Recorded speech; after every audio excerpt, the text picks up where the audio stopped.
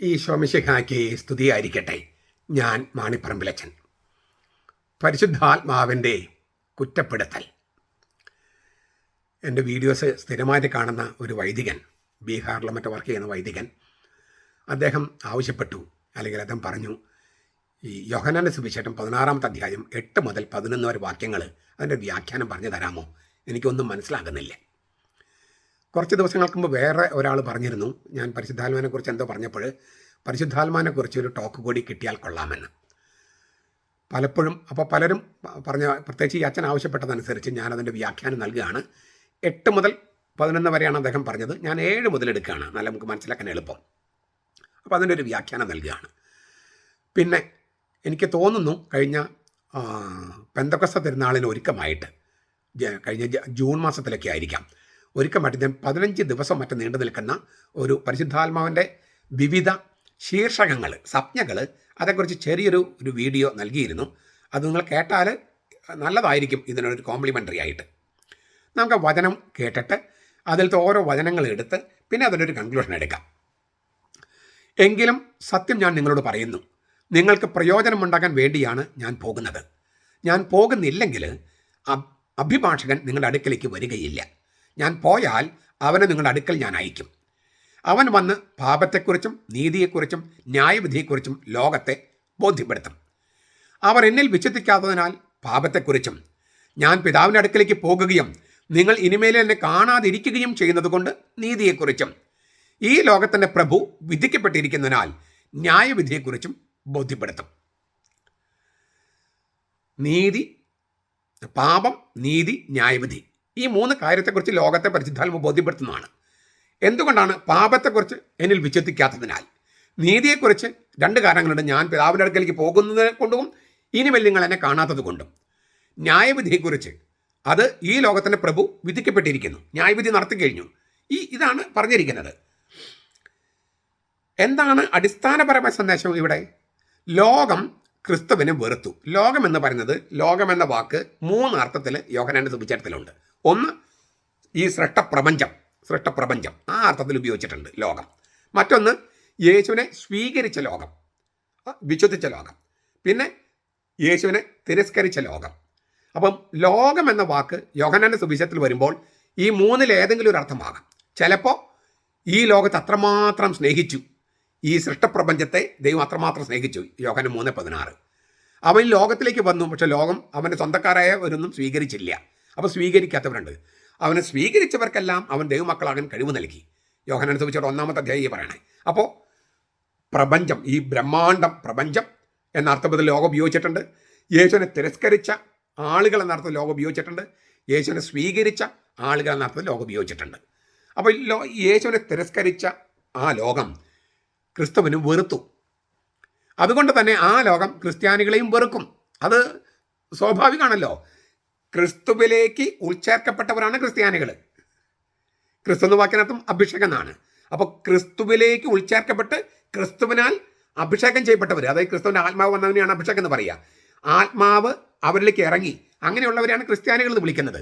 സ്വാഭാവികമായിട്ടും ക്രിസ്തുവിലേക്ക് ഉൾച്ചേർക്കപ്പെട്ട് ക്രിസ്തുവിൻ്റെ ആത്മാവിനെ സ്വീകരിച്ചവരെ ലോകം വെറുക്കും. എന്നാൽ അതുകൊണ്ട് ലോകം ജയിക്കുന്നില്ല. അത് പിന്നെ എന്തുകൊണ്ടാണ്? അപ്പോൾ തന്നെയും തൻ്റെ ശിഷ്യന്മാരെ ക്രിസ്ത്യാനികളും വെറുത്ത ലോകത്തിനെതിരെ കുറ്റപത്രം നൽകുകയാണ് ഇവിടെ. കുറ്റപത്രം ലോകത്തെ കീഴടക്കുമെന്ന് വ്യക്തമാക്കാൻ വേണ്ടിയാണ് ഈ കുറ്റപത്രം സമർപ്പിക്കണേ. കോടതിയിൽ സമർപ്പിക്കുക കുറ്റപത്രം. ആ കോടതി നടപടികൾ എങ്ങനെയാണെന്നാണ് ഇവിടെ അനാവരണം ചെയ്യുന്നത്. അപ്പോൾ അഭിഭാഷകനായിട്ട് വക്കീൽ വരികയാണ്, കോടതിയിൽ കുറ്റപത്രം സമർപ്പിക്കുന്നു ലോകത്തിനെതിരെ. ആ കോടതിയിൽ അഭിഭാഷകനായി, കുറ്റപത്രം സമർപ്പിക്കുന്ന ആ കോടതിയിൽ അഭിഭാഷകനായി പരിശുദ്ധാത്മാവ് വരുന്നു. പാരക്ലേത്ത് എന്ന വാക്കിന് മധ്യസ്ഥൻ എന്ന അർത്ഥമുണ്ട്, സഹായകൻ എന്ന അർത്ഥമുണ്ട്, വക്കീൽ എന്ന അർത്ഥമുണ്ട്, അഭിഭാഷകൻ എന്ന അർത്ഥമുണ്ട്. നമുക്കത് കുറച്ച് കഴിഞ്ഞിട്ട് അതിൻ്റെ വിശദാംശങ്ങൾ കാണാം. അപ്പോൾ കോടതി നടപടികൾ, ലോകത്തെ ക്രിസ്തുവിനെ വെറുത്ത, ക്രിസ്ത്യാനികൾ വെറുത്ത ലോകത്തിനെതിരെയുള്ള കുറ്റപത്രം സമർപ്പിക്കുന്ന ആ കോടതിയിലെ നടപടികളാണ് ഇവിടെ അനാവരണം ചെയ്യുന്നത്. യേശുവിൻ്റെ അസാന്നിധ്യത്തിൽ പാരക്ലേത്തെ ആയിരിക്കും ഈ ഈ ഈ സഭയെയും ശിഷ്യന്മാരെ നയിക്കുക. ആ പാരക്ലേത്ത തന്നെയായിരിക്കും കോടതിയിൽ കുറ്റപത്രം നൽകുക. നമുക്ക് 2 പാരക്ലേത്തമാരുണ്ട്. ഞാൻ മറ്റൊരു പാറക്ലേത്തെ നൽകുമെന്നാണ് ഈശോ പറയുന്നത്. ആദ്യത്തെ പാറക്ലേത്ത്, ആദ്യത്തെ വക്കീൽ, ആദ്യത്തെ മധ്യസ്ഥൻ, ആദ്യത്തെ അഭിഭാഷകൻ യേശുക്രിസ്തുവാണ്. രണ്ടാമത്തെ അഭിഭാഷകനാണ്, രണ്ടാമത്തെ മധ്യസ്ഥനാണ്, രണ്ടാമത്തെ സഹായകനാണ് ഈ പരിശുദ്ധാത്മാവ്. അപ്പോൾ യേശുവിൻ്റെ ശാരീരിക അസാന്നിധ്യത്തിൽ സഭയെയും ശിഷ്യന്മാരെയും നയിക്കുന്നതും ലോകത്തിനെതിരെ കുറ്റപത്രം നൽകി ലോകം തോറ്റുപോകും, ജയിക്കില്ല എന്ന് ലോകത്തെ യേശുക്രിസ്തു കീഴടക്കുമെന്ന് ആ കുറ്റപത്രത്തിൽ അവതരിപ്പിക്കുന്നതും അഭിഭാഷകനായ പരിശുദ്ധാത്മാവാണ്. ഇനി നമുക്ക് ഇത്രയും പൊതുവായിട്ട് കണ്ടു കഴിഞ്ഞിട്ട് ഇതിലത്തെ ഓരോ വചനങ്ങൾ നമുക്കൊന്ന് അപഗ്രഥിക്കാം. നിങ്ങൾക്ക് പ്രയോജനമുണ്ടാകാൻ വേണ്ടിയാണ് ഞാൻ പോകുന്നത്. ഞാൻ പോകുന്നില്ലെങ്കിൽ ഈ അഭിഭാഷകനായ പരിശുദ്ധാത്മാവ് വരില്ല. യേശുവിൻ്റെ വേർപാട് ശിഷ്യന്മാരുടെ നമ്മുടെ നന്മയ്ക്ക് വേണ്ടിയാണ്. പ്രയോജനം അഥവാ നന്മ എന്ന വാക്കിവിടെ ഉദ്ദേശിക്കുന്നത് ദൈവത്തിൻ്റെ പദ്ധതിയാണ്. ദൈവത്തിൻ്റെ പദ്ധതി നടപ്പാകണമെങ്കിൽ ഞാൻ പോകണം, ആത്മാവ് വരണം. ദൈവിക പദ്ധതി യേശു പൂർത്തിയാക്കുന്നത് മനുഷ്യരുടെ നന്മയ്ക്ക് വേണ്ടിയാണല്ലോ. അതുകൊണ്ട് യേശു പോകണം, പരിശുദ്ധാത്മാവ് വരണം. അങ്ങനെയാണ് ദൈവത്തിൻ്റെ പദ്ധതി പൂർത്തിയാകുക. അതിനാൽ നിങ്ങൾക്ക് പ്രയോജനമുണ്ടാകാൻ വേണ്ടിയാണ് ഞാൻ പോകുന്നത്. ഞാൻ പോകുന്നില്ലെങ്കിൽ പാറക്കളത്തെ വരികയില്ല. പാറക്കളത്തെ വരികയില്ലെന്ന് പറഞ്ഞാൽ നമുക്കിപ്പോൾ അത് മനസ്സിലാക്കാൻ ചെറിയൊരു പ്രയാസമുള്ളത്, നമ്മുടെ മലയാള ഭാഷയിൽ ഈ ഡെഫിനറ്റ് ആർട്ടിക്കിൾ ഇല്ല. ഇപ്പം നമുക്ക് ഇംഗ്ലീഷിലാണെങ്കിൽ ദ ഹോളി സ്പിരിറ്റ് എന്നുണ്ട്, ആ പരിശുദ്ധാത്മാവ്. പിന്നെ ഹോളി സ്പിരിറ്റ്, ദ എന്നില്ലാതെ, ഡെഫിനറ്റ് ആർട്ടിക്കിളായി ദ എന്നില്ലാതെ ഹോളി സ്പിരിറ്റ്. രണ്ടും തമ്മിൽ ചെറിയൊരു അന്തരമുണ്ട്, സൂക്ഷ്മമാണ്. നമുക്കത് മനസ്സിലാക്കാൻ യേശു എന്ന ആളെ നോക്കിയാൽ കുറച്ച് എളുപ്പമുണ്ട് മനസ്സിലാക്കാൻ. ആദിയിൽ വചനമുണ്ടായിരുന്നു. അതായത് അവന് ആദി എന്ന് വെച്ചാൽ ആരംഭത്തിന് മുമ്പ് എന്ന് വെച്ചാൽ തുടക്കമില്ല ഒടുക്കുമില്ല. ആദിയിൽ ലോഗോസ് ഉണ്ടായിരുന്നു. ആ ലോഗോസ് പക്ഷേ മാംസം ധരിച്ച് മനുഷ്യനായി വന്നു സമയത്തിൽ. അപ്പോൾ ഒരേ ആൾ തന്നെയാണ്. യേശുക്രിസ്തു ഒറ്റ ആളാണല്ലേ, ഒരാളല്ലേ. പക്ഷേ ദൈവം എന്ന നിലയിൽ അവൻ പണ്ടേ ഉണ്ട്. അവന് ആരംഭവും അവസാനവും ഇല്ല. പക്ഷേ ദൈവം മനുഷ്യനായി വന്ന ക്രിസ്തു എന്ന നിലയിൽ അവന് ആരംഭമുണ്ട് അവസാനമുണ്ട്. ഒരേ ആൾ തന്നെയാണ്. പക്ഷേ അല്ലേ, ക്രിസ്തുവിന് ആളത്വം എന്ന് പറഞ്ഞാൽ ദൈവിക ആളത്വമാണ്. അതിലേക്ക് മനുഷ്യ സ്വഭാവം സ്വീകരിക്കുകയായിരുന്നു. അപ്പോൾ യേശു എന്ന ആളെ രണ്ട് തരത്തിലും കാണാൻ പറ്റും. അവൻ ദൈവം എന്ന നിലയിൽ അവന് ആരംഭമോ അവസാനമോ ഇല്ല. പക്ഷെ അവൻ മനുഷ്യനായപ്പോൾ അവനൊരു ആരംഭമുണ്ട്, അവൻ ജനിച്ചു, അവനൊരു അന്ത്യമുണ്ട്, മരിച്ചു. ഈ സംഗതി പരിശുദ്ധാത്മാവിലേക്ക് ഒന്ന് അപ്ലൈ ചെയ്ത് വയ്ക്കാൻ. പരിശുദ്ധ തൃത്വത്തിലെ മൂന്നാമത്തെ ആളെന്ന നിലയിൽ പരിശുദ്ധാത്മാവിന് തുടക്കമോ ഒടുക്കമോ ഇല്ല, എപ്പോഴുണ്ട്. പക്ഷേ യേശുക്രിസ്തുവിൻ്റെ ആത്മാവായിട്ടാണ് അവൻ നമ്മിലേക്ക് വരുന്നത്. അപ്പോൾ യേശുക്രിസ്തു മരിക്കുമ്പോഴേ ആ ആത്മാവിന് നമ്മിലേക്ക് വരാൻ പറ്റൂ. നമ്മിലേക്ക് നമുക്ക് നൽകപ്പെട്ട പരിശുദ്ധാത്മാവിനെയാണ് ഹോളി സ്പിരിറ്റ് എന്ന് ദ ഇല്ലാണ്ട് പറയുന്നത്. ദ ഹോളി സ്പിരിറ്റ് എന്ന് പറയാതെ ഹോളി സ്പിരിറ്റ് എന്ന് മാത്രം പറഞ്ഞാൽ, പരിശുദ്ധാത്മാവെന്ന് മാത്രം പറഞ്ഞാൽ നമുക്ക് നൽകപ്പെട്ട പരിശുദ്ധാത്മാവാണ്. ദ ഹോളി സ്പിരിറ്റ് എന്ന് പറഞ്ഞാൽ പരിശുദ്ധ തൃത്വത്തിലെ മൂന്നാമത്തെ ആളാണ്. രണ്ടും ഒരാൾ തന്നെ. ഞാൻ നേരത്തെ പറഞ്ഞല്ലോ, വചനം, ക്രിസ്തു, അത് ചെറിയൊരു അന്തരമുണ്ട്. ഒരാൾ തന്നെയാണെങ്കിലും ചെറിയൊരു അന്തരമുണ്ട്. ഈ അന്തരം പരിശുദ്ധാത്മാവിനുണ്ട്. വചനം എന്ന നിലയിൽ, ദൈവം എന്ന നിലയിൽ പുത്രന് തുടക്കമോ ഒടുക്കമോ ഇല്ലാത്തതുപോലെ ദ ഹോളി സ്പിരിറ്റ് എന്ന പരിശുദ്ധ റൂഹാക്കി തുടക്കമോ ഒടുക്കമോ ഇല്ല, അവൻ ദൈവമാണ്.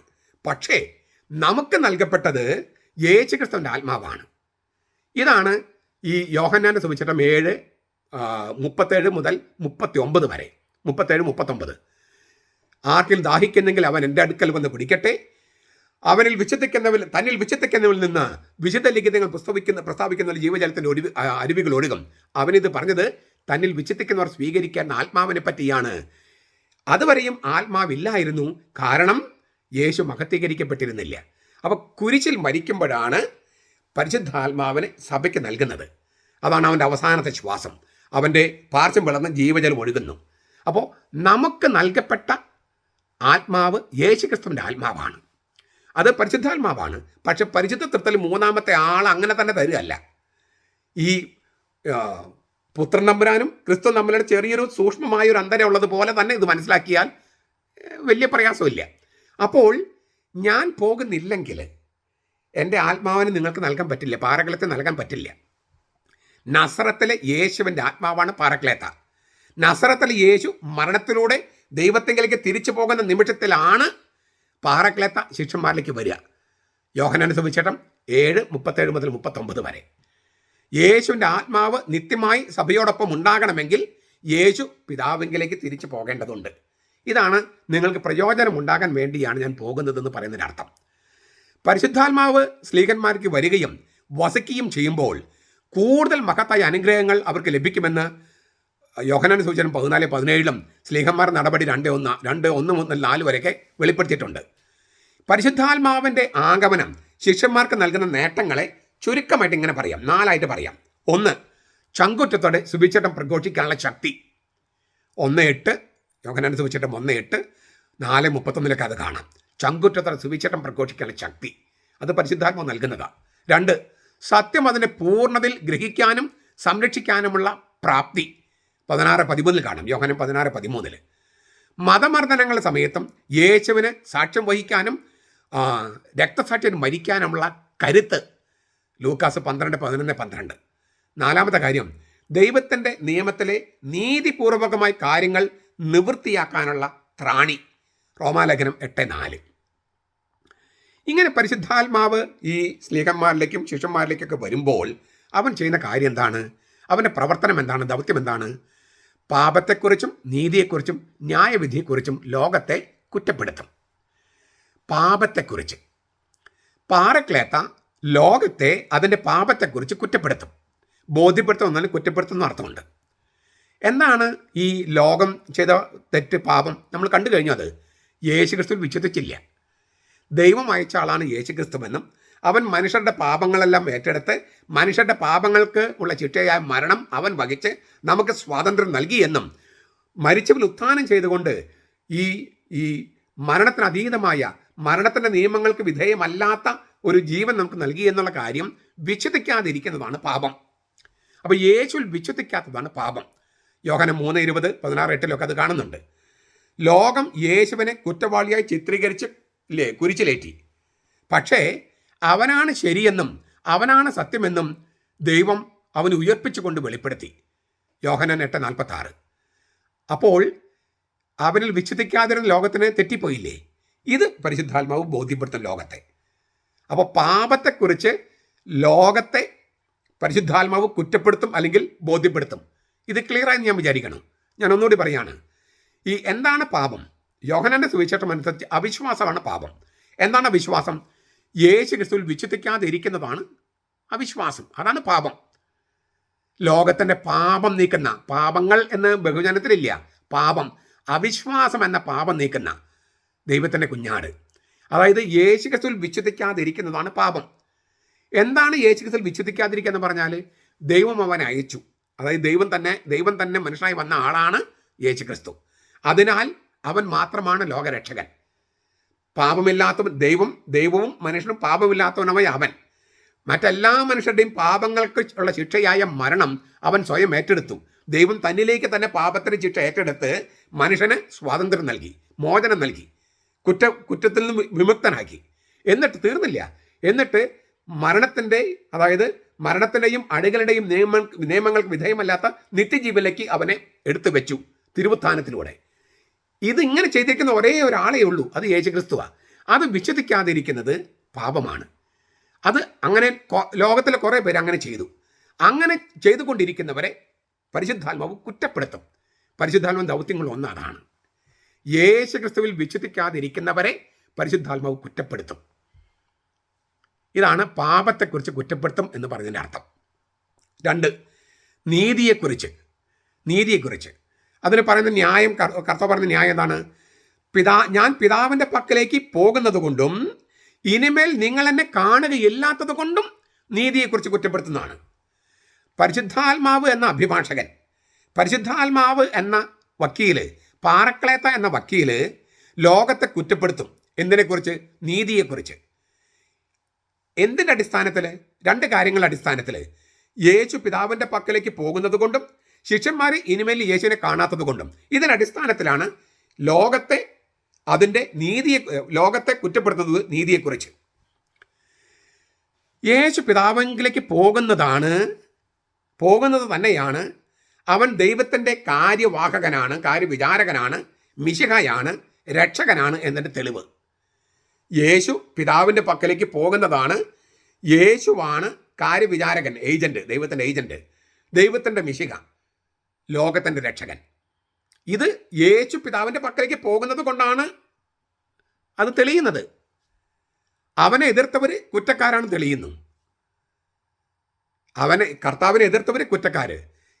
അപ്പോൾ നീതി എന്ന് പറയുന്നത് എന്താണ്? വാസ്തവത്തിൽ എന്താണ് നീതി? റൈച്ചസ്നെസ് എന്ന് പറയുന്നത് നീതി. നമ്മൾ പഠിച്ചിരിക്കുന്ന നീതി എന്ന് പറയുന്നത് ഈ give each one his due, ഓരോരുത്തരും അർഹതപ്പെട്ടത് കൊടുക്കുക എന്നാണ്. പക്ഷെ ബൈബിളിലെ നീതി എന്ന് പറഞ്ഞാൽ അതല്ല. ബൈബിളിലെ നീതി എന്ന് പറയുന്നത് ഒന്ന് ധർമ്മം, അതായത് ദൈവത്തിൻ്റെ ഹിതം. ദൈവത്തിൻ്റെ ഹിതത്തെയാണ് നീതി എന്ന് ബൈബിൾ വിളിക്കുന്നത്. ആ ദൈവത്തിൻ്റെ ഹിതം നടപ്പാക്കുന്നത്. അപ്പോൾ നീതി എന്ന് പറഞ്ഞാൽ മാത്രം പോരാ, ഒരൊറ്റ വാക്കാണ് ബൈബിളിലുള്ളത്. അതുകൊണ്ട് നമുക്ക് മനസ്സിലാക്കാൻ പ്രയാസമുണ്ട്. നമുക്കൊന്നുകൂടി പറയാം. ഈ നേരും നെറിവും എന്ന് ഉപയോഗിക്കുക ഒരു വാക്ക്. റൈച്ചസ്നെസ് എന്നാണ് ഇംഗ്ലീഷിൽ. അതിനേക്കാൾ നല്ല വാക്ക് അപ്രൈറ്റ്നെസ്. ദൈവത്തിൻ്റെ മുമ്പിൽ നേരും നെറിവുമായ കാര്യം, അതാണ് അപ്രൈറ്റ്നെസ്. പക്ഷേ ഇതേ വാക്ക് തന്നെയാണ് ദിക്കൈസ്വീന എന്നാണ് ഗ്രീക്കിൽ, സെദാക്ക എന്ന ഹീബ്രുവിൽ. അതിന് നേരും നെറിവും എന്ന അർത്ഥമുണ്ട്, നീതി എന്ന അർത്ഥമുണ്ട്. രണ്ടും നമ്മൾ ചെറിയൊരു അന്തരമുണ്ട്. ഞാൻ മുമ്പ് ഒരിക്കലും ഒരു വീഡിയോയിൽ പറഞ്ഞിട്ടുണ്ട്. ഒന്നുകൂടി പറയാം. നമ്മുടെ കയ്യിൽ 10 കിലോ അരി ഉണ്ടെന്ന് കരുതുക. 10 കിലോ അരിയുണ്ട്. ഇത് ദരിദ്രർക്ക് കൊടുക്കണം. അതാണ് നേരും നെറിവും. ദൈവം നിശ്ചയിച്ചിരിക്കുന്നത് ഈ 10 കിലോ അരി ദരിദ്രർക്ക് കൊടുക്കണം. അപ്പോൾ കൊടുക്കണമെന്ന കാര്യത്തിൽ നേരും നെറിവും അത് നമ്മൾ തീരുമാനിച്ചു. ഈ 10 കിലോ അരി ദരിദ്രർക്കുള്ളതാണ്. അത് കൊടുക്കുമ്പോൾ നമ്മൾ നേരും നെറിവുമുള്ളവരായി. ഇതാണ് അപ്രൈറ്റ്നെസ്, ദൈവത്തിൻ്റെ ഹിതം നിറവേറ്റി എന്നുള്ള അർത്ഥത്തിൽ. പക്ഷേ ഈ 10 കിലോ അരി ഒരൊറ്റ കുടുംബത്തിന് കൊടുക്കണോ, അതോ 5 കുടുംബങ്ങൾക്ക് കൊടുക്കണോ, അതോ 10 കുടുംബങ്ങൾക്ക് കൊടുക്കണോ, ഇത് നിശ്ചയിക്കുന്നതാണ് നീതി എന്ന് പറയണേ. അപ്പോൾ ജസ്റ്റിസ് ഒന്ന്, അപ്രൈറ്റ്നെസ്, ദൈവം നിശ്ചയിച്ച നേരും നെറിവും നമ്മൾ നിർവഹിക്കുക. അത് നിർവഹിക്കുന്ന വിധത്തിനെയാണ് നീതി എന്ന് പറയുക. ചുരുക്കത്തിൽ ദൈവത്തിൻ്റെ ഹിതം ദൈവം പറയുന്നതനുസരിച്ച് നിറവേറ്റുന്നതിനെയാണ് നീതി എന്ന് ബൈബിൾ പറയുന്നത്. അങ്ങനെ ചെയ്ത ആൾ ആരാണ്? ദൈവത്തിൻ്റെ ഹിതം ദൈവം പറഞ്ഞ തരത്തിൽ നിറവേറ്റിയത് ആരാണ്? യേശുക്രിസ്തുവാണ്. അപ്പോൾ ആ നീതി, അതായത് അവൻ ദൈവത്തിൻ്റെ നേരും നെറിവും നിറവേറ്റുന്നതിൻ്റെ ഭാഗമായിരുന്നു പിതാവിൻ്റെ പക്കലേക്ക് പോകുന്നതും ശിഷ്യന്മാർ ഇനി യേശുവിനെ കാണാത്തതും. കാര്യം മനസ്സിലായോ? അപ്പം ഇത് ദൈവത്തിൻ്റെ ഹിതം നിറവേറ്റുന്നതിൻ്റെ ഭാഗമാണ്. ദൈവത്തിൻ്റെ ഹിതം നിറവേറ്റുന്നതിൻ്റെ ഭാഗമായിട്ട് യേശു പിതാവിൻ്റെ പക്കലേക്ക് പോകുന്നു. ഇനി യേശുവിനെ ശിഷ്യന്മാർ കാണില്ല. അതിനാൽ നീതി നടന്നു കഴിഞ്ഞു, ദൈവത്തിൻ്റെ ഹിതം ലോകത്ത് നടന്നു കഴിഞ്ഞു. അപ്പം ആരാണ് കുറ്റക്കാരൻ, ആരാണ് നീതിമാൻ എന്ന് ബോധ്യപ്പെടുത്തുകയാണല്ലോ കോടതിയിൽ ചെയ്യുക. ആരാണ് കുറ്റക്കാരൻ, ആരാണ് നീതിമാൻ? യേശു പിതാവിൻ്റെ പക്കലേക്ക് പോയി, ശിഷ്യന്മാർക്ക് അവർക്ക് ഇനി കാണാൻ കഴിയില്ല. അതിലൂടെ യേശു ദൈവത്തിൻ്റെ നേരും നെറിവും ദൈവത്തിൻ്റെ ഹിതം ദൈവം ആഗ്രഹിക്കുന്ന തരത്തിൽ നിറവേറ്റി കഴിഞ്ഞു. അതിനാൽ യേശുവിൻ്റെ പക്കലേക്ക് പിതാവിൻ്റെ പക്കലേക്ക് യേശു പോകുന്നത് കൊണ്ട്, ശിഷ്യന്മാർ ഇനി കാണാത്തത് കൊണ്ട്, യേശു ക്രിസ്തു ദൈവത്തിൻ്റെ നേരും നെറിവും നിറവേറ്റി എന്ന് അഭിഭാഷകനായ പാറക്കിളത്ത ശിഷ്യന്മാരോട് പറയും. അത് പറയാൻ വേണ്ടിയാണ് ശിഷ്യന്മാരിലേക്ക് വരുന്നത്. അപ്പോൾ ശിഷ്യന്മാരിലേക്ക് പരിശുദ്ധാത്മാവ് വരുന്നതും ഈ ദൈവഹിതത്തിൻ്റെ ഭാഗമാണ്. പിതാവിൻ്റെ പക്കലേക്ക് യേശു പോകുന്നു. ഇനിമേൽ ശിഷ്യന്മാർ യേശുവിനെ കാണില്ല, പക്ഷേ അവരിലേക്ക് പരിശുദ്ധാത്മാവ് വരും. അപ്പോൾ അതിലൂടെ ദൈവത്തിൻ്റെ ഹിതം ദൈവം വിചാരിക്കുന്ന തരത്തിൽ നേരും നെറിവുമുള്ളവനായി നിറവേറ്റി. അപ്പോൾ നീതിയെക്കുറിച്ച് പരിശുദ്ധാത്മാവ് ലോകത്തെ ബോധ്യപ്പെടുത്തും. ഇതാണ് നീതി. നിങ്ങൾക്ക് കാര്യം മനസ്സിലായില്ലേ? ഞാൻ ഒന്നുകൂടി പറയണോ? ബൈബിളിലെ നീതി എന്ന് പറയുന്നത് ദൈവത്തിൻ്റെ ഹിതം ദൈവം ആഗ്രഹിക്കുന്ന തരത്തിൽ ചെയ്യുന്നതാണ്. ദൈവത്തിൻ്റെ അപ്രൈറ്റ്നെസ്, നേരും നെറിവും ദൈവത്തിൻ്റെ ഹിതം ദൈവം നിശ്ചയിക്കുന്ന തരത്തിൽ നിറവേറ്റുന്നതിനെയാണ് നീതി എന്ന് പറയണേ. അതാണ് ഞാൻ ഉദാഹരണം പറഞ്ഞത്. 10 കിലോ അരി ദരിദ്രർക്കുള്ളതാണ്, അതാണ് ദൈവത്തിൻ്റെ ഹിതം. അത് 10 കിലോ അരിയും ഒരു വീട്ടുകാർക്ക് കൊടുക്കണോ, 10 കിലോ അരി 2 കിലോ വെച്ച് 5 വീട്ടുകാർക്ക് കൊടുക്കണോ, 10 കിലോ അരി ഓരോ കിലോ വീതം 10 പേർക്ക് കൊടുക്കണോ, ഇത് ദൈവഹിതം അറിഞ്ഞിട്ട് അത് വിതരണം ചെയ്യുന്നതാണ് അതിൻ്റെ രണ്ടാം ഭാഗം. കർത്താവ് ദൈവത്തിൻ്റെ ഹിതം ദൈവം ആഗ്രഹിക്കുന്ന തരത്തിൽ നിറവേറ്റി. അത് നിറവേറ്റിയത് കൊണ്ടാണ് അവൻ പിതാവിൻ്റെ പക്കലേക്ക് തിരിച്ചു പോകുന്നതും പിതാവിൻ്റെ വലത്ത് ഭാഗത്ത് ഇരിക്കുന്നതും ഇനി മുതൽ ശിഷ്യന്മാർക്ക് കാണാൻ പറ്റാത്തതും. പക്ഷെ അങ്ങനെ പിതാവിൻ്റെ പക്കലേക്ക് പോയി പിതാവിൻ്റെ വലത്ത് വശത്ത് യേശു ഇരുന്നപ്പോൾ പരിശുദ്ധാത്മ ശിഷ്യന്മാരിലേക്ക് വന്നു. അതും ദൈവഹിതമായിരുന്നു. അപ്പോൾ നീതി എന്തെന്ന് മനസ്സിലായോ? ഞാൻ പിതാവിൻ്റെ പക്കലേക്ക് പോകുന്നത് കൊണ്ടും ഇനിമേൽ നിങ്ങൾ എന്നെ കാണുകയില്ലാത്തത് കൊണ്ടും നിങ്ങളേക്ക് പരിശുദ്ധാത്മാവ് വരുന്നത് കൊണ്ടും ഞാനാണ് ശരിയെന്നും ഞാനാണ് ദൈവത്തിൻ്റെ ഹിതം നിറവേറ്റിയതെന്നും നേരും നിറവുമുള്ളവൻ ഞാനാണെന്നും ദൈവം വിചാരിക്കുന്ന പിതാവ് വിചാരിക്കുന്ന പോലെ തന്നെ ഞാൻ എല്ലാം ചെയ്തുവെന്നും ലോകത്തെ ബോധ്യപ്പെടുത്തുകയാണ് പരിശുദ്ധാത്മാവിൻ്റെ പണി. അതിനു വേണ്ടി കൂടിയാണ് അവൻ വരുന്നത്. യേശുവാണ് നീതിയെന്നും യേശു നീതി ആയത് ഇത്തരത്തിൽ ഞാൻ ഈ പറഞ്ഞ തരത്തിലാണെന്നും ലോകത്തെ ബോധ്യപ്പെടുത്തുന്നത് പരിശുദ്ധാത്മാവായിരിക്കും. അത് ബോധ്യപ്പെടുത്താൻ വേണ്ടിയാണ് പരിശുദ്ധാത്മാവെന്ന വക്കീൽ കോടതിയിൽ ഹാജരാവണേ. ഇതൊന്നും കൂടി വേറൊരു തരത്തിൽ അവതരിപ്പിക്കാം. യോഹന്നാൻ്റെ ലേഖനത്തിൻ്റെ വെളിച്ചത്തിൽ 1 യോഹന്നാൻ 3:7, 3:8 വെളിച്ചത്തിൽ പാപത്തിൻ്റെ മേലുള്ള വിജയമാണ് ബൈബിളിൽ നീതി. പാപത്തിൻ്റെ മേലുള്ള വിജയം 1 യോഹന്നാൻ 3:7-8. പാപത്തെ നശിപ്പിക്കുന്ന നീതിയാണ് യേശുക്രിസ്തു. ഈ വിജയം നേടുന്നത്, ഈ പാപത്തിൻ്റെ മേലുള്ള വിജയം നേടുന്നത് യേശുവിൻ്റെ മഹത്വവൽക്കരണത്തിലൂടെയാണ്. മഹത്വവൽക്കരണം യോഹന്നാൻ്റെ സുവിശേഷത്തിൽ 2 ഭാഗമാണ്. അതിനുപയോഗിക്കുന്ന വാക്ക് ഹിപ്സോ എന്നാണ്. ഹിപ്സോ, ഗ്രീക്കിൽ ഹിപ്സോ. അതിന് ലിഫ്റ്റപ്പ് എന്ന അർത്ഥമുണ്ട്, എക്സോൾട്ട് എന്ന അർത്ഥമുണ്ട്. ലിഫ്റ്റപ്പ് എന്ന് പറഞ്ഞാൽ കുരിശിലേക്ക്, എക്സോൾട്ട് എന്ന് പറഞ്ഞാൽ സ്വർഗത്തിലേക്ക്. കുരിശിലേക്കുള്ള ഉയർത്തപ്പെടൽ സ്വർഗത്തിലേക്കുള്ള മഹത്വപ്പെടലാണ്. അപ്പോൾ ഈ ബൈബിളിൽ പ്രത്യേകിച്ച് യോഹന്നാൻ്റെ സുവിശേഷത്തിൽ പല വാക്കുകൾക്കും ഇരട്ടാർത്ഥമുണ്ട്, ഇരട്ടാർത്ഥം. ഇപ്പം യേശു നിക്കോദെമസിനോട് പറഞ്ഞു, you have to be born another. Another എന്ന വാക്കിന് എഗെയിൻ, വീണ്ടും എന്ന അർത്ഥമുണ്ട്. ആ അർത്ഥത്തിലാണ് നിക്കോദെമസ് തെറ്റിദ്ധരിച്ചു. പക്ഷേ അനോഥൻ എന്ന വാക്കിന് എബാവ് എന്ന അർത്ഥമുണ്ട്, ഉന്നതം. വീണ്ടും ജനിക്കുന്ന എങ്ങനെ? ഈ ഇച്ചിരി പ്രായമായ നിക്കോദെമസ് സംശയം തോന്നി. അത് ഇച്ചിരി പ്രയാസമാവുമല്ലോ, എനിക്ക് ഇത്രയും പ്രായമുണ്ടല്ലോ, അമ്മയ്ക്ക് അതിനേക്കാളും പ്രായമായി, അമ്മയുടെ ഉദരത്തിലേക്ക് വീണ്ടും ജനിക്കാൻ പറ്റുമോ? കർത്താവ് പറഞ്ഞു, ഞാനതൊന്നും പറഞ്ഞില്ല നിക്കോദെമസേ, ഞാൻ പറഞ്ഞത് ഉന്നതമെന്നാണ്. അപ്പോൾ എഗെയിൻ എന്നർത്ഥമുണ്ട്, എബവ് എന്നർത്ഥമുണ്ട്. നിക്കോദെമസ് തെറ്റിദ്ധരിച്ചു, ബോൺ അഗെയിൻ എന്ന് തെറ്റിദ്ധരിച്ചു. ബോൺ അഗെയിൻ എന്നല്ല കർത്താവ് ഉദ്ദേശിച്ചത്, ബോൺ ഫ്രം എബവ് എന്നാണ്. ഇതുപോലെ തന്നെയാണ് 2 അർത്ഥമുള്ളൊരു വാക്കാണ് ഹിപ്സോ. ലിഫ്റ്റ് അപ്പ് എന്നർത്ഥമുണ്ട്, എക്സോൾട്ട് എന്നർത്ഥമുണ്ട്. ലിഫ്റ്റ് അപ്പ് എന്ന് പറഞ്ഞാൽ കുരിശിലേക്ക് ഉയർത്തപ്പെടുക. പക്ഷെ കുരിശിലേക്ക് ഉയർത്തപ്പെടുന്നത് സ്വർഗത്തിലേക്ക് ഉയർത്തപ്പെടലാണ്. അപ്പോൾ സ്വർഗത്തിലേക്കുള്ള ഗോവണിയാണ് ഈ കുരിശ്. അപ്പോൾ പാപത്തിൻ്റെ മേലുള്ള വിജയമാണ് നീതി, പാപത്തെ നശിപ്പിക്കുന്ന നീതിയാണ് ക്രിസ്തു. ഈ വിജയം നേടുന്നത് കുരിശിലേക്കുള്ള ഉയർത്തപ്പെടലും അവിടെ നിന്ന് സ്വർഗത്തിലേക്കുള്ള ഉയർത്തപ്പെടലിലൂടെയാണ്. ഇതാണ് ഞാൻ പിതാവിൻ്റെ പക്കലേക്ക് പോകുന്നത് കൊണ്ട് കുരിശിലേറി മരിച്ചു, അടക്കപ്പെട്ടു, ഉയർത്തെഴുന്നേറ്റു, സ്വർഗത്തിലേക്ക് പോയി. ഇതിലൂടെയാണ് ഞാൻ പാപത്തിൻ്റെ മേലെ വിജയം വരിക്കുന്നത്. ആ പാപത്തിൻ്റെ മേലുള്ള വിജയം അതിനെയാണ് നീതി എന്ന് പറയുന്നത്. അതിനാൽ ഞാൻ പിതാവിൻ്റെ പക്കലേക്ക് പോകുന്നത് കൊണ്ടാണ് നീതിയെക്കുറിച്ച് ലോകത്തെ പരിശുദ്ധാത്മാവ് ബോധ്യപ്പെടുത്തുന്നത്. ഇപ്പോൾ വളരെ ക്ലിയർ ആയില്ലേ? 3-ാമത്തെ കാര്യം, ന്യായവിധിയെക്കുറിച്ച്. ഈ ലോകത്തിൻ്റെ പ്രഭു വിധിക്കപ്പെട്ടിരിക്കുന്നതിനാൽ ന്യായവിധിയെക്കുറിച്ച് പാരക്ലേത്ത ലോകത്തെ ബോധ്യപ്പെടുത്തും. ഈ ലോകത്തിൻ്റെ പ്രഭു സാത്താനുള്ള മറ്റൊരു വാക്കാണ്. 12:31 കർത്താവ് അത് പറയുന്നുണ്ട്. 12:31-32 എല്ലാവരെയും ഞാൻ എന്നിലേക്ക് ആകർഷിക്കും. ഞാൻ കുരിശിലുയർത്തപ്പെടുമ്പോൾ ഈ ലോകത്തിൻ്റെ പ്രഭു പുറന്തള്ളപ്പെടും. ഞാൻ കുരിശിലുയർത്തപ്പെടുമ്പോൾ ഈ ലോകത്തിൻ്റെ അധികാരി പിശാച്, ഈ ലോകത്തിൻ്റെ പ്രഭു പുറന്തള്ളപ്പെടും. ഈ ലോകത്തിൻ്റെ പ്രഭു വിധിക്കപ്പെട്ട് പുറന്തള്ളപ്പെടുന്നതിനാൽ ന്യായവിധിയെക്കുറിച്ച് പാരക്ലേത്ത ലോകത്തെ ബോധ്യപ്പെടുത്തും. എന്താണ് ന്യായവിധി? നമ്മൾ കോടതിയിൽ എന്താണ് ന്യായവിധി? ആരാണ് ശരി, ആരാണ് തെറ്റ് എന്നുള്ള വേർതിരിവാണ് ന്യായവിധി. ക്രീസിസ് എന്നാണ്, ക്രീസിസ് എന്നാണ് ഗ്രീക്കിൽ. ക്രൈസിസ് എന്ന വാക്ക് എന്നാ വരണേ. ക്രീസിസ് ആക്ഷരികമായിട്ട് വേർതിരിക്കാനാണ്. കുറ്റക്കാരനാര്, നിഷ്കളങ്കനാര്, ഇത് തമ്മിലുള്ള വേർതിരിവാണ് ന്യായവിധി. ഒരാൾ കുറ്റം ചെയ്തു അല്ലെങ്കിൽ കുറ്റം ചെയ്തില്ല, നിഷ്കളങ്കനാര്, കുറ്റക്കാരനാര്, ഈ വേർതിരിവിനെയാണ് ന്യായവിധി എന്ന് പറയുന്നത്. ആരാണ് ശരി, ആരാണ് തെറ്റ് എന്നുള്ള വേർതിരിവ്. ആരാണ് ഇപ്പോൾ ശിക്ഷയ്ക്ക് വിധിക്കപ്പെട്ട് നിൽക്കുന്നത്? ക്രിസ്തുവാണോ അവന് ശത്രുക്കളാണോ? ആരാണ് ഇപ്പോൾ ശിക്ഷയ്ക്ക് വിധിക്കപ്പെട്ട് നിൽക്കുന്നത്? പീലാത്തോസിന് മുമ്പിൽ പോലും, കുരിശിൽ പോലും ക്രിസ്തുവാണോ അവന് ശത്രുക്കളാണോ?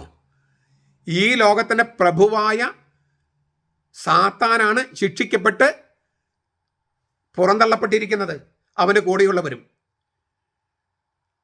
യോഹന്നാന്റെ സുവിശേഷം 5:26-29, കത്തോലിക്ക സഭ മതബോധനം 358, 1433 അത് കാണാം. യേശു പിശാചനെ ലോകത്തിൽ തള്ളിക്കളഞ്ഞതിനാൽ യേശു രക്ഷകനും രാജാവുമായി ലോകത്തെ ഭരിച്ചുകൊണ്ടിരിക്കുന്നതിനാൽ യേശുവിനെ തിരസ്കരിച്ച ലോകത്തിൻ്റെ നിലപാട് തെറ്റായിരുന്നുവെന്ന് അഭിഭാഷകനായ പാരക്ലേത്ത ലോകത്തെ ബോധ്യപ്പെടുത്തും. ഞാൻ ഒന്നുകൂടി പറയാം. ലോകത്തിൻ്റെ പ്രഭുവായ പിശാചിനെ യേശു ലോകത്തിൽ തള്ളിക്കളഞ്ഞതിനാൽ, കുരിശിലേർത്തപ്പെടുമ്പോൾ അവൻ തള്ളിക്കളഞ്ഞതിനാൽ യേശു രക്ഷകനും രാജാവുമായിട്ട് ലോകത്തെ ഇപ്പോൾ ഭരിച്ചുകൊണ്ടിരിക്കുന്നതിനാൽ യേശുവിനെ തിരസ്കരിച്ച ലോകത്തെ, ആ ലോകത്തിൻ്റെ നിലപാടിനെ അത് തെറ്റായിരുന്നുവെന്ന് അഭിഭാഷകനെ പാരക്ലേത്ത ലോകത്തെ കുറ്റപ്പെടുത്തും അല്ലെങ്കിൽ ബോധ്യപ്പെടുത്തും. ഇത് ഈ സഭയുടെ ഓജസ് ഇല്ലേ, അതിൻ്റെ എന്താ പറയുക, ചൈതന്യം, ക്രിസ്തുവിൽ ജീവിക്കുന്നവരും ക്രിസ്തുവിൻ്റെ ജീവനിൽ ജീവിക്കുന്നവരും ലോകത്തിൻ്റെ പ്രഭു ചിട്ടയ്ക്ക് വിധിക്കപ്പെട്ടതായി തെളിയിക്കുകയല്ലേ സഭയുടെ നിലനിൽപ്പ്, സഭയുടെ ജീവൻ. ആ ക്രിസ്തുവിൻ്റെ ജീവനിൽ ജീവിക്കുന്നവർ നമ്മളെല്ലാവരും തെളിയിക്കുന്നത് ലോകത്തിൻ്റെ പ്രഭുവായ സാത്താൻ ശിക്ഷിക്കപ്പെട്ട് നിൽക്കുന്നു എന്ന് തന്നെയാണ്. അപ്പം നമ്മളൊരു പെട്ടെന്നൊരു ഉദാഹരണം പറയാം. നമ്മളൊരു പാപം ചെയ്യുന്നു വിചാരിക്കുക. അപ്പം ലോകത്തിൻ്റെ അധികാരി നമ്മൾ അംഗീകരിക്കുകയാണ്. പക്ഷെ നമ്മൾ ഉടനെ തന്നെ കുമ്പസാരക്കുട്ടി പോയിട്ട് കർത്താവിൻ്റെ നുഖത്തിന് കീഴിൽ നമ്മൾ വെക്കുകയാണ്. അപ്പോൾ കർത്താവ് എന്ത് ചെയ്യാണ്? പിശാചിൻ്റെ നുഖം എടുത്തിട്ട് അത് ഒടിച്ച് കളഞ്ഞ് നമ്മെ ക്രിസ്തുവിൻ്റെ നുഖത്തിന് കീഴിലാക്കും. അപ്പോൾ എത്ര നാളത്തേക്ക്, എത്ര സമയത്തേക്കുണ്ട് ഈ പിശാചിൻ്റെ ആധിപത്യം നമ്മുടെ മേൽ? നിസ്സാര സമയത്തേക്ക്. നമ്മൾ പാപം ചെയ്താൽ പിശാചിൻ്റെ നുഖം എടുത്ത് വെക്കുകയാണ്. പിശാച് ഇല്ലേ ലോകത്തിൻ്റെ പ്രഭുവാണെന്ന് അംഗീകരിക്കുകയാണ്. പക്ഷെ നമ്മൾ നിമിഷ നേരത്തേക്കാണത്, അല്ലെങ്കിൽ ഏതാനും മണിക്കൂർ. ഉടനെ നമ്മൾ കുമ്പസാരക്കുട്ടി പോയി ഈ പിശാചിൻ്റെ നുഖം ഒടിച്ചു കളഞ്ഞ് പിശാചിനെ പുറന്തള്ളുകയാണ്. ഇതാണ് കൂതാശിൽ, ഈ കുമ്പസാരം എന്ന കൂതാശിൽ നടക്കുന്നത്. അപ്പോൾ ക്രിസ്ത്യാനികളുടെ അസ്തിത്വം, സഭയുടെ ചൈതന്യം, ക്രിസ്തുവിൻ്റെ ജീവനിൽ ജീവിക്കുന്നവർ, ഇതൊക്കെ തെളിയിക്കുന്നത് ലോകത്തിൻ്റെ പ്രഭുവായ സാത്താൻ ശിക്ഷയ്ക്ക് വിധിക്കപ്പെട്ട് നിൽക്കുന്നത് തന്നെയാണ്. ചുരുക്കത്തിൽ ക്രിസ്തുവിൻ്റെ വിജയവും ക്രിസ്ത്യാനികളുടെ വിജയവും സാത്താൻ്റെ പരാജയമാണ്. ഇത് ലോകത്തെ ബോധ്യപ്പെടുത്തുകയാണ് പാരക്ലേത്ത് എന്ന വക്കീൽ. ബോധ്യപ്പെടുത്തുക എന്ന വാക്കിനെ കുറ്റപ്പെടുത്തുക എന്നും അർത്ഥമുണ്ട്. കോടതിയിലെ ഭാഷ ഉപയോഗിച്ചാണ് യേശു സംസാരിക്കണം, നമ്മൾ കണ്ടു കഴിഞ്ഞു. അതായത് പാരക്ലേത്ത് എന്ന വക്കീൽ അഥവാ അഭിഭാഷകൻ കോടതി ഭാഷ ഉപയോഗിച്ചിട്ട് പറയാണ്, ഈ ഭാഷ ഉപയോഗിച്ചിട്ടാണ് ബോധ്യപ്പെടുത്തുന്നതിന് പകരം കുറ്റപ്പെടുത്തുന്നത്. ശിഷ്യന്മാരുടെ വക്കീലാണ് പാരക്ലേത്ത. ലോകത്തെ കുറ്റം വിധിക്കുന്ന നിയമ കാര്യകർത്താവ്, അറ്റോർണി പാരക്ലേത്തയാണ്. അപ്പോൾ നമ്മുടെ വക്കീലായ പാരക്ലേത്ത, പരിശുദ്ധാത്മാവ് തന്നെയാണ് ലോകത്തെ കുറ്റം വിധിക്കുന്ന അറ്റോർണി ജനറൽ. അപ്പോൾ അതുകൊണ്ടാണ് ബോധ്യപ്പെടുത്തുന്ന വാക്കിന് എലങ്കെയിൻ എന്നാണ് ഗ്രീക്കിൽ, എലങ്കെയിൻ. നിയമപരമായ കുറ്റപ്പെടുത്തൽ, ജുഡീഷ്യൽ കൺവിക്റ്റിംഗ് എന്നാണ് ശരിക്കും അതിൻ്റെ അർത്ഥം. ജുഡീഷ്യൽ ഓർ ജുറിഡിക്കൽ കൺവിക്റ്റിംഗ്, നിയമപരമായ കുറ്റപ്പെടുത്തൽ. കോടതിയിൽ പ്രതിക്കെതിരെയും വാദിക്ക് വേണ്ടിയും ഗവൺമെൻറ് അറ്റോർണി അല്ലെങ്കിൽ പ്ലീഡർ നടത്തുന്ന പ്രവൃത്തിയാണിത്. ഈ മൂന്ന് കാര്യങ്ങളെക്കുറിച്ച് നമ്മൾ പറഞ്ഞു കഴിഞ്ഞു. പാപത്തെക്കുറിച്ച്, നീതിയെക്കുറിച്ച്, ന്യായവിധിയെക്കുറിച്ച് ലോകത്തെ കുറ്റപ്പെടുത്തും. അങ്ങനെ ചെയ്യുന്ന അറ്റോർണി ജനറലാണ് നമ്മുടെ വക്കീലായ പാരക്ലേത്ത. ഇത് മനസ്സിലാക്കാൻ, നമ്മുടെ വക്കീൽ നമ്മൾ പറഞ്ഞല്ലോ, അത് മനസ്സിലാക്കാൻ നമുക്ക് യോഹന്നാന്റെ സുവിശേഷം 14-ാമത്തെ അധ്യായം 16-ാമത്തെ വാക്യം ഒന്ന് കേൾക്കാം. 16, 17, 18 വായിക്കാം. എന്നിട്ട് അതിലത്തെ ചില വാക്കുകൾ മാത്രം നമുക്ക് കേൾക്കാം. വളരെ പ്രധാനപ്പെട്ട സംഗതിയാണ്. ഞാൻ പിതാവിനോട് അപേക്ഷിക്കുകയും എന്നേക്കും നിങ്ങളോട് കൂടി ആയിരിക്കാൻ മറ്റൊരു മധ്യസ്ഥനെ, പാരക്ലേത്തെന്ന അവിടുത്തെ വാക്ക്, അവിടുന്ന് നിങ്ങൾക്ക് തരികയും ചെയ്യും. ഈ സത്യാത്മാവിനെ ലോകം നിരീക്ഷിക്കുകയോ അറിയുകയോ ചെയ്യാത്തതിനാൽ അവനെ സ്വീകരിക്കാൻ ലോകത്തിന് കഴിയില്ല. എന്നാൽ അവൻ നിങ്ങളുടെ അരികിൽ വസിക്കുകയും നിങ്ങളിൽ ആയിരിക്കുകയും ചെയ്തതിനാൽ നിങ്ങൾ അവൻ അറിയുന്നു. ഞാൻ നിങ്ങളെ അനാഥരായി വിടുകയില്ല, ഞാൻ നിങ്ങളുടെ അടുക്കലേക്ക് വരും. വളരെ പ്രധാനപ്പെട്ട ചില വാക്കുകൾ ഉള്ളത് കൊണ്ടാണ് ഞാനിത് നമ്മൾ ഇതും കൂടി ചേർത്ത് വായിച്ചാലാണ് മുഴുവൻ മനസ്സിലാകാമെന്ന് പറഞ്ഞത്. ഞാൻ പിതാവിനോട് അപേക്ഷിക്കുകയും എന്നേക്കും നിങ്ങളോട് കൂടെ ആയിരിക്കാൻ, എന്നേക്കും നിങ്ങളോട് കൂടെ. ഗ്രീക്കിൽ മെത്ത് ഹ്യൂമോൻ എന്നാണ്. മെത്ത് ഹ്യൂമോൻ, നിങ്ങൾ, ഹ്യൂമൻ എന്നതിന് നിങ്ങളെന്നർത്ഥം.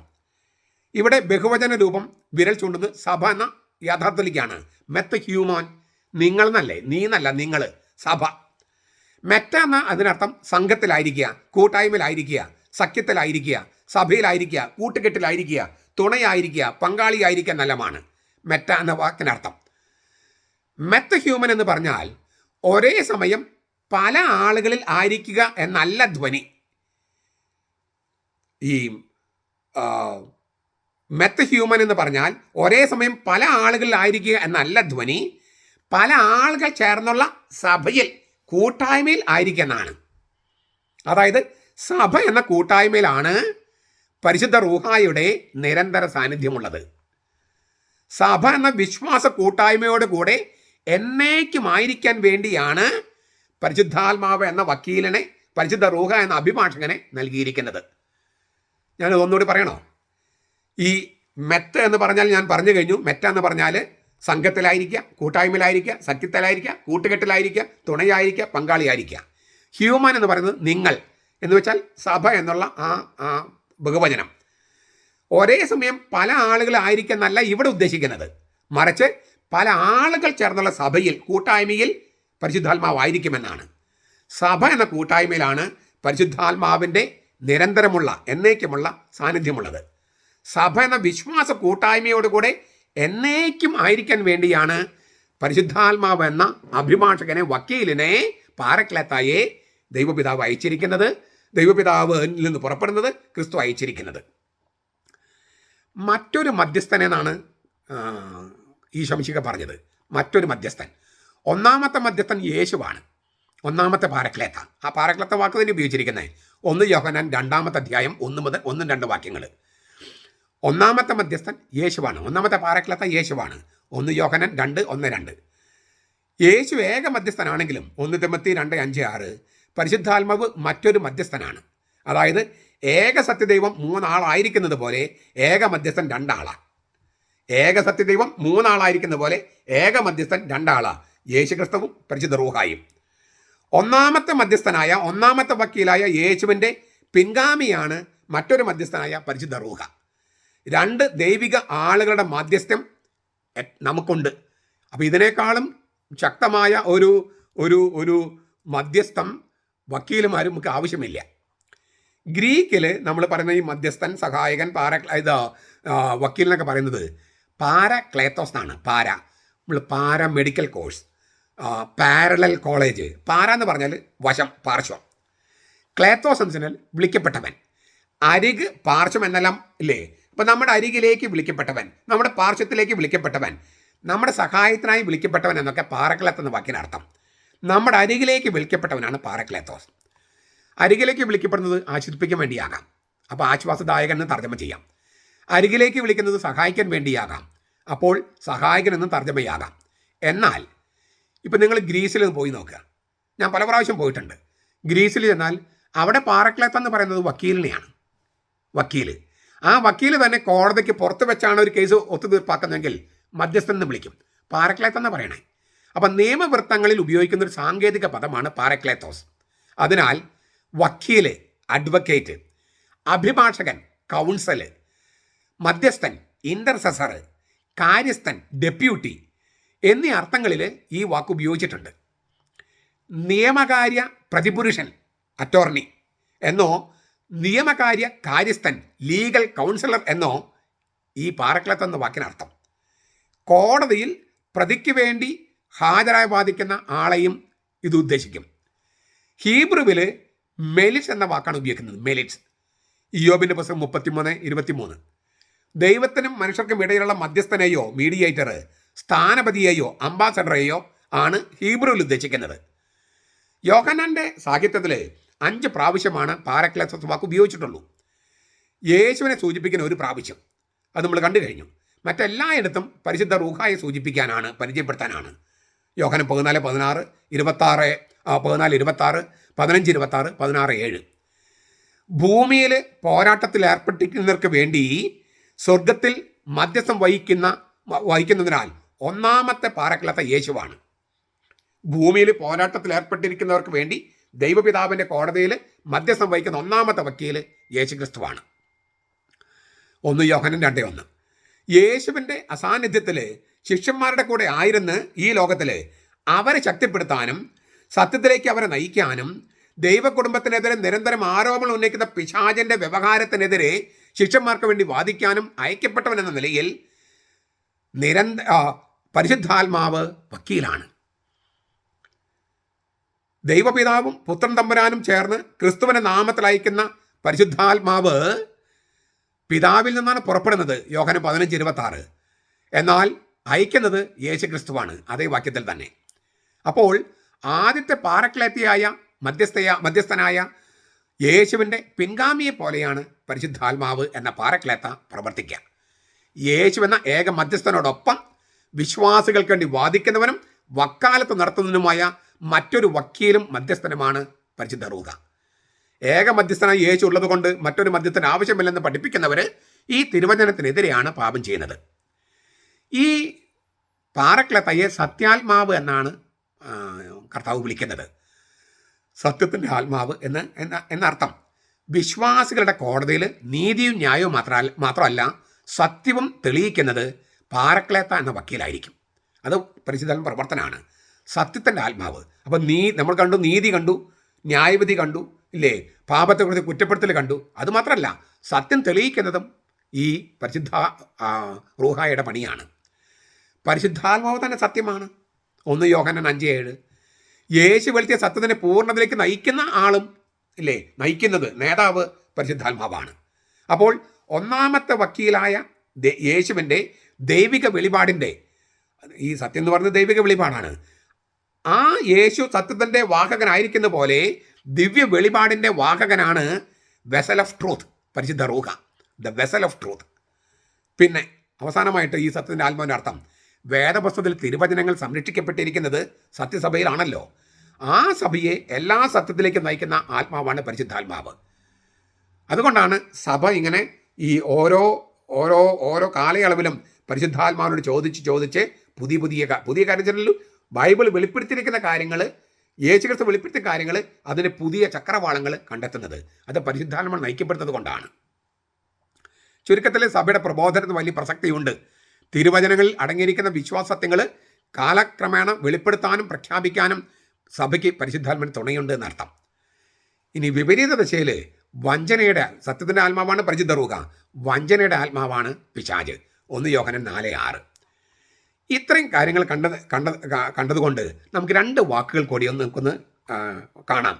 നമ്മൾ മെത്ത ഹ്യൂമൻ എന്ന വാക്ക് കണ്ടു ഇല്ലേ, നിങ്ങളോട് കൂടെ എന്നേക്കുമായിരിക്കാൻ. ഇവിടെ 14:17 പറയാണ്, കർത്താവ് പറയാണ്, നിങ്ങളുടെ അരികിൽ വസിക്കാൻ. നിങ്ങളുടെ അരികിൽ, അതിന് ഉപയോഗിക്കുന്ന ഗ്രീക്ക് വാക്ക് പാർ ഹ്യൂമൻ എന്നാണ്. പാർ ഹ്യൂമൻ, പാര എന്ന വാക്ക് നമ്മൾ കണ്ടു കഴിഞ്ഞു. പാർശ്വം, അരിക്, വശം. ഈ പ്രയോഗത്തിന് സവിശേഷമായ ഒരു അർത്ഥമുണ്ട് ഈ യോഹന്നാന്റെ സുവിശേഷത്തിൽ. പരിശുദ്ധാത്മാവിൻ്റെ സഭാത്മക സാന്നിധ്യം എന്നാണ് അതിനർത്ഥം. സഭയുടെ കൂടെ മൊത്തത്തിൽ പരിശുദ്ധാത്മാവിൻ്റെ സാന്നിധ്യം ഉണ്ടായിരിക്കും, സഭയുടെ അരികിൽ പരിശുദ്ധാത്മാവിൻ്റെ സാന്നിധ്യം ഉണ്ടായിരിക്കും. 14:16 നമ്മൾ കണ്ടു, യേശു സഭ എന്ന കൂട്ടായ്മയോട് കൂടെ പരിശുദ്ധാത്മാവിൻ്റെ നിരന്തര സാന്നിധ്യമുണ്ടെന്ന്. ഇവിടെ പറയുന്നത് സഭയ്ക്ക് വേണ്ടി വാദിക്കാൻ പരിശുദ്ധാത്മാവ് സഭയുടെ അരികിലുണ്ടായിരിക്കുമെന്നാണ്. സഭ എന്ന കൂട്ടായ്മയോട് കൂടെ ഉണ്ടായിരിക്കുമെന്ന് മാത്രമല്ല, സഭയ്ക്ക് വേണ്ടി വാദിക്കാൻ സഭയുടെ അരികിൽ എപ്പോഴും നിൽക്കും പരിശുദ്ധാത്മാവ്. അതാണ് നിങ്ങളുടെ അരികിലായിരിക്കാൻ പറയണേ. ഇനി ഒരു കാര്യം കൂടിയുണ്ട് അതേ വാക്യത്തിൽ 14:17, നിങ്ങളിലായിരിക്കും.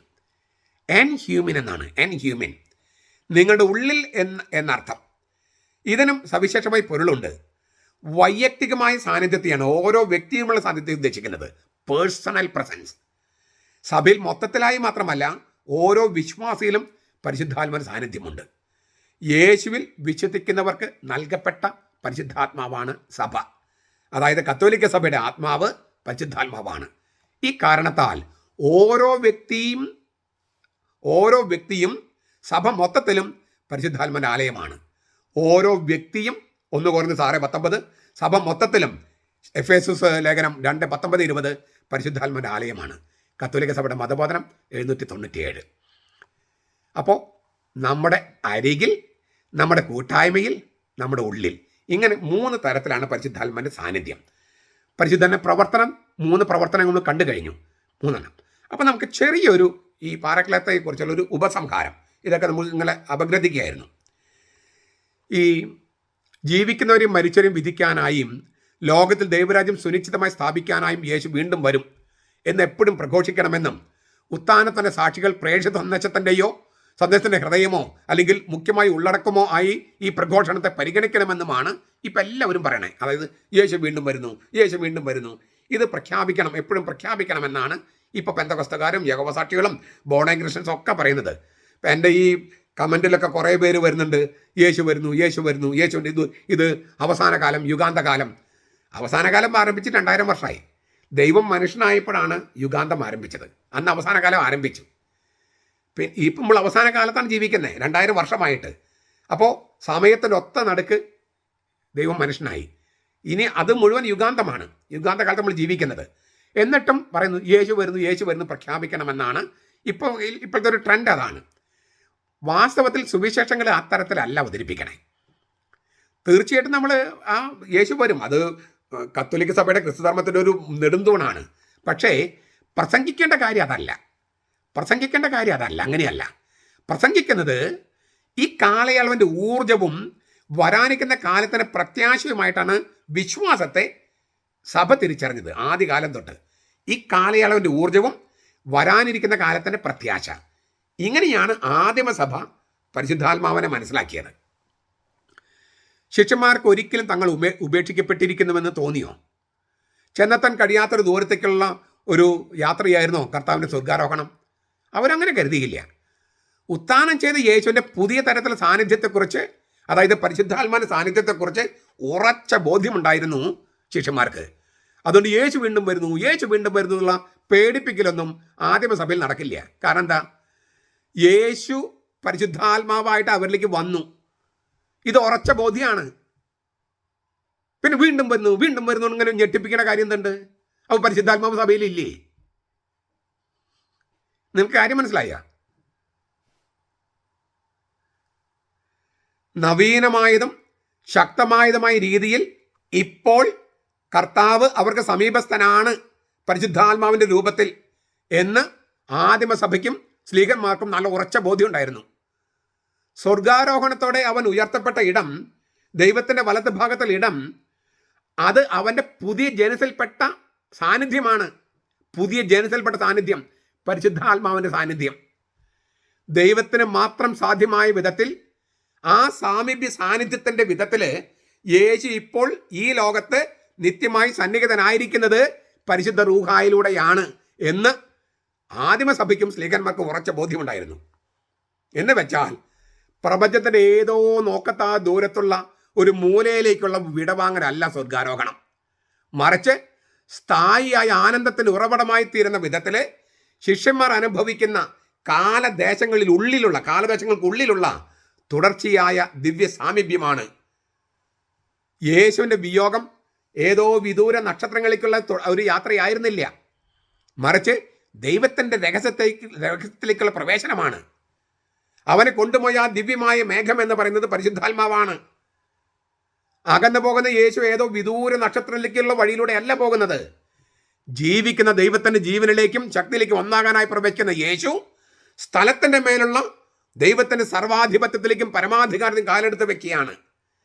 അതിനാൽ അവൻ എങ്ങും പോയി മറിഞ്ഞിട്ടില്ല, ഒരു സ്ഥലത്തും യേശു പോയി മറിഞ്ഞിട്ടില്ല. മറിച്ച് ഇപ്പോൾ എന്നേക്കുമായി ദൈവത്തിൻ്റെ സ്വന്തം ശക്തിയാൽ നമുക്ക് വേണ്ടിയും നമ്മുടെ കൂടെയും നമ്മുടെ അരികിലും സന്നിഹിതനാണ്. നമുക്ക് വേണ്ടി നമ്മുടെ കൂടെ സഭയിൽ, നമ്മുടെ അരികിൽ, നമ്മുടെ ഉള്ളിൽ. യേശു പറഞ്ഞു, ഞാൻ പോകുന്നു, ഞാൻ വീണ്ടും വരും. നമ്മൾ കേട്ടതാണത്. ഞാൻ നിങ്ങളുടെ അടുക്കലേക്ക് വരുന്നു. യോഹന്നാൻ 14:28. യേശുവിൻ്റെ ഈ പോക്കിൻ്റെ മറുവശമാണ് അവൻ്റെ തിരിച്ചു വരവ്.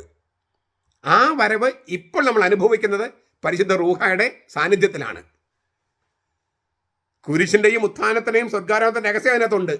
അതുപോലെ പരിശുദ്ധാത്മാവിൻ്റെ ആഗമനവും ആ വാക്കിനകത്തുണ്ട്. ഞാൻ പോകുന്നു, ഞാൻ വരുന്നു.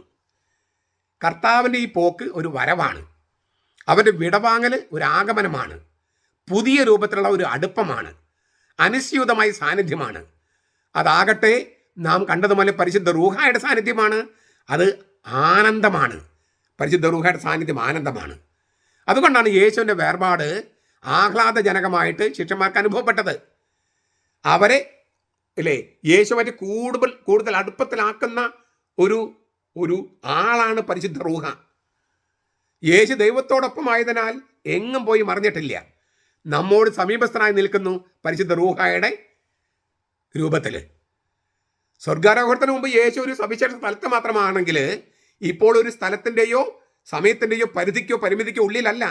സ്ഥലത്തിൻ്റെ മേൽ ലഭിച്ച പരമാധികാരം വഴി അവൻ ഇപ്പോൾ എല്ലായിടത്തും ചരിത്രത്തിലുടനീളം എല്ലായിടങ്ങളും സന്നിഹിതനാണ്, വിശ്വാസികളിൽ പരിശുദ്ധ റൂഹായുടെ രൂപത്തിലും. അപ്പോൾ പരിശുദ്ധാത്മാവിലൂടെയാണ് ഇതൊക്കെ നടക്കുന്നത്. ആ പരിശുദ്ധാത്മ സഭയിൽ നിത്യം വസിക്കുന്നുവെന്ന് അവർക്ക് ബോധ്യപ്പെട്ടു. അതിൽ നമ്മൾ കണ്ടില്ലേ, പാറക്കിളത്ത, മധ്യസ്ഥൻ, കാര്യസ്ഥൻ, സഹായകൻ, അഭിഭാഷകൻ, ആശ്വാസദായകൻ, സത്യാത്മാവ്, ദേവാത്മാവ്, പരിശുദ്ധാത്മാവ് എന്നെല്ലാം ഈ പരിശുദ്ധാത്മാവിനെ വിളിക്കുന്നതിന് കാരണം അവൻ്റെ വിവിധ ദൗത്യങ്ങളാണ്. നമ്മൾ കണ്ട് തീർച്ചയായും പരിശുദ്ധാത്മ പുറപ്പെടുന്ന പിതാവിൽ നിന്നാണ്, യോഹന്നാൻ 15:26. എന്നാൽ പുത്രനാണ് പരിശുദ്ധാത്മാവിനെ അയക്കുന്നത്. മാത്രമല്ല മനുഷ്യനായ ദൈവപുത്രനായ യേശുക്രിസ്തുവിൻ്റെ ആത്മാവാണെന്ന് നമ്മൾ കണ്ടു കഴിഞ്ഞു, യോഹന്നാൻ 7:37-39. ചുരുക്കത്തിൽ നമുക്കിനി നമ്മൾ ഉള്ളടക്കം അതിൻ്റെ ഉപസംഹാരം, പരിശുദ്ധാത്മാവിൻ്റെ സാന്നിധ്യത്തിൻ്റെ സവിശേഷത ആദ്യം പറയാം. ഒന്ന്, നിത്യമായ സാന്നിധ്യമാണ്. പാറക്കിളത്ത എന്നേക്കും നിങ്ങളോട് കൂടി ആയിരിക്കും, യോഹന്നാൻ 14:16. രണ്ട്, സഭാത്മകമായ സാന്നിധ്യമാണ്. പാറക്കിളത്ത സഭയുടെ കൂടെ, സഭയുടെ അരികിൽ വസിക്കും, യോഹന്നാൻ 14:17. മൂന്ന്, ആന്തരികമായ സാന്നിധ്യമാണ്. പാറക്കിളത്ത ശിഷ്യന്മാരുടെ ഉള്ളിലായിരിക്കും. ഇതാണ് പരിശുദ്ധാത്മ സാന്നിധ്യം. പരിശുദ്ധാത്മ പ്രവർത്തനങ്ങൾ, ഒന്ന്, ലോകത്തിലല്ല സഭയിലാണ് പരിശുദ്ധാത്മ പ്രവർത്തിക്കുന്നത്. ഈ സത്യാത്മാവിനെ സ്വീകരിക്കാൻ ലോകത്തിന് കഴിയില്ല. യേശുവിൽ വിശ്വസിക്കുന്നവരുടെ കൂട്ടായ്മയായ സഭയിലും ഓരോ വിശ്വാസിയുടെയും ഉള്ളിലുമാണ് പരിശുദ്ധാത്മാവ് പ്രവർത്തിക്കുന്നത്. കാരണം വിശ്വാസത്തിലുള്ള സഹായകനാണ് പരിശുദ്ധാത്മാവ്, എ ഹെൽപ്പർ ഇൻ ഫെയ്ത്ത്. വിശ്വാസത്തിലെ തുണയാണ് പരിശുദ്ധാത്മാവ്. വിശ്വാസമനുസരിച്ച് ജീവിക്കാനുള്ള സഹായമാണ് പരിശുദ്ധ റൂഹ നൽകുന്നത്. പരിശുദ്ധാത്മാവ് വാദപ്രതിവാദം നടത്തുന്ന കോടതി സഭയാണ്, വിശ്വാസിയാണ്. കാരണം വ്യക്തികളുടെ ഉള്ളിലും പരിശുദ്ധാത്മ റൂഹയുണ്ട്, സഭ എന്ന കൂട്ടായ്മയിലുമുണ്ട്. രണ്ട്, യേശുവിൻ്റെ പ്രബോധനം തുടരുകയാണ് പരിശുദ്ധാത്മൻ രണ്ടാമത്തെ ദൗത്യം. എല്ലാ കാര്യങ്ങളും നിങ്ങൾ അവൻ പഠിപ്പിക്കും, യോഹന്നാൻ 14:26. മൂന്ന്, യേശു പഠിപ്പിച്ച കാര്യങ്ങൾ ഓർമ്മപ്പെടുത്തും. ഞാൻ നിങ്ങളോട് പറഞ്ഞിട്ടുള്ളതെല്ലാം അവൻ നിങ്ങൾ ഓർമ്മപ്പെടുത്തും, യോഹന്നാൻ 14:26, 16, 15. നാല്, സാക്ഷ്യം വഹിക്കും. അവൻ എന്നെക്കുറിച്ച് സാക്ഷ്യം നൽകും, യോഹന്നാൻ 15, 26, 27. ശക്തിപ്പെടുത്തുന്ന ദൗത്യത്തെയാണ് ഇവിടെ സാക്ഷ്യപ്പെടുത്തുമെന്ന് പറയണേ. പുത്രനായ യേശുക്രിസ്തുവിന് പരിശുദ്ധാത്മാവും പരിശുദ്ധാത്മാവിന്റെ സഹായത്താൽ വിശ്വാസികളും സാക്ഷ്യം വഹിക്കുമെന്നർത്ഥം. അഞ്ചാമത്തെ ദൗത്യം നമ്മൾ കണ്ടു കഴിഞ്ഞു, കുറ്റപ്പെടുത്തുക അല്ലെങ്കിൽ ബോധ്യപ്പെടുത്തുക. അത് മൂന്ന് കാര്യങ്ങളെക്കുറിച്ചാണ്, പാപത്തെക്കുറിച്ച്, നീതിയെക്കുറിച്ച്, ന്യായവിധിയെക്കുറിച്ച്. അത് നമ്മൾ വിശദമായി കണ്ടു കഴിഞ്ഞു. പരിശുദ്ധാത്മാവിൻ്റെ ദിവ്യസാന്നിധ്യം അനുഭവിക്കാനും അറിയാനുമുള്ള വ്യവസ്ഥകൾ യേശുവിനോടുള്ള സ്നേഹവും അവനിലുള്ള വിശ്വാസവുമാണ്. ഈ പരിശുദ്ധ റൂഹ ഈ പറഞ്ഞ സംഗതിയൊക്കെ ഉണ്ട്. പക്ഷേ യേശുക്രിസ്തുവിൻ്റെ സ്നേഹവും യേശുക്രിസ്തുവിൽ വിശ്വാസവും ഇല്ലെങ്കിൽ ഈ പരിശുദ്ധ റൂഹായിയുടെ ഈ പറഞ്ഞ കാര്യങ്ങളൊക്കെ നമുക്ക് അനുഭവിക്കാൻ സാധിക്കാണ്ട് വരും. അത് പരിശുദ്ധാത്മ ശക്തിയില്ലാത്തതുകൊണ്ടല്ല, യേശുക്രിസ്തു വിശ്വസിക്കുന്നവർക്ക് നൽകപ്പെടുന്ന ആത്മാവാണ് പരിശുദ്ധ റൂഹ. അപ്പോൾ അവന് വിശ്വസിക്കുന്നില്ല, അവനോട് സ്നേഹമില്ലെങ്കിൽ പരിശുദ്ധ റൂഹായെ സ്വീകരിക്കാനോ പരിശുദ്ധ റൂഹയുടെ ഈ ശക്തി മുഴുവൻ അനുഭവിക്കാനോ അല്ലെങ്കിൽ ഈ പറഞ്ഞ കോടതിയുടെ അനുഭവമൊക്കെ ഉണ്ടാകാനോ ഒന്നും കഴിയില്ല. ഉത്തരം കിട്ടിയെന്ന് ഞാൻ വിചാരിക്കുന്നു. അതിൻ്റെ ഞാൻ ചോദിച്ചതിനേക്കാളും കുറച്ച് വിശാലമായിട്ട് പോയിട്ടുണ്ട്. പക്ഷെ അങ്ങനെ ചെയ്താലാണ് ഈ പറഞ്ഞ വാക്കുകളിലൊക്കെ അർത്ഥം കിട്ടുക എന്ന് വിചാരിച്ചിട്ടാണ്. പരിശുദ്ധാത്മാവിനെ കുറിച്ചുള്ളൊരു നീണ്ട ടോക്കാണിത്. ഇത് ഒറ്റയടിക്ക് കേട്ടാൽ മനസ്സിലാകില്ലെന്ന് എല്ലാവർക്കും അറിയാം. ഞാൻ ചിലതൊക്കെ ആവർത്തിച്ചിട്ടുണ്ട്. എങ്കിൽ പോലും ഒരു 3, 4, 5 പ്രാവശ്യം കേട്ട് നോട്ട് കുറിച്ച് ഇതൊന്ന് എടുത്തു കഴിയുമ്പോൾ നിങ്ങൾക്ക് അതിൻ്റെ ഒരു വലിയ ഉൾക്കാഴ്ച ഉണ്ടാകും. അതിന് പരിശുദ്ധ റൂഹ തന്നെ നിങ്ങളെ സഹായിക്കും എന്ന് ഞാൻ പ്രത്യാശിക്കുന്നു. ചോദ്യങ്ങൾ ചോദിച്ച അച്ഛനും മറ്റ് സുഹൃത്തുക്കൾക്കും ഒത്തിരി നന്ദി. പരിശുദ്ധ റൂഹായുടെ കൃപയിൽ ആയിരിക്കാനും വളരാനും അങ്ങനെ സഭയുടെ വളർച്ച ത്വരിതഗതിയിലാകാനും ഈ പഠനവും ധ്യാനവും പ്രാർത്ഥനയും സഹായിക്കട്ടെ. പരിശുദ്ധ റൂഹ തന്നെ നമുക്ക് തുണയായിരിക്കട്ടെ. നമ്മുടെ കർത്താവ് ഈശോ മിശിഹായുടെ കൃപയും പിതാവായ ദൈവത്തിൻ്റെ സ്നേഹവും പരിശുദ്ധാത്മാവിൻ്റെ സഹവാസവും നാം എല്ലാവരോടും കൂടി ഉണ്ടായിരിക്കട്ടെ, ഇപ്പോഴും എപ്പോഴും എന്നേക്കും. ആമേൻ.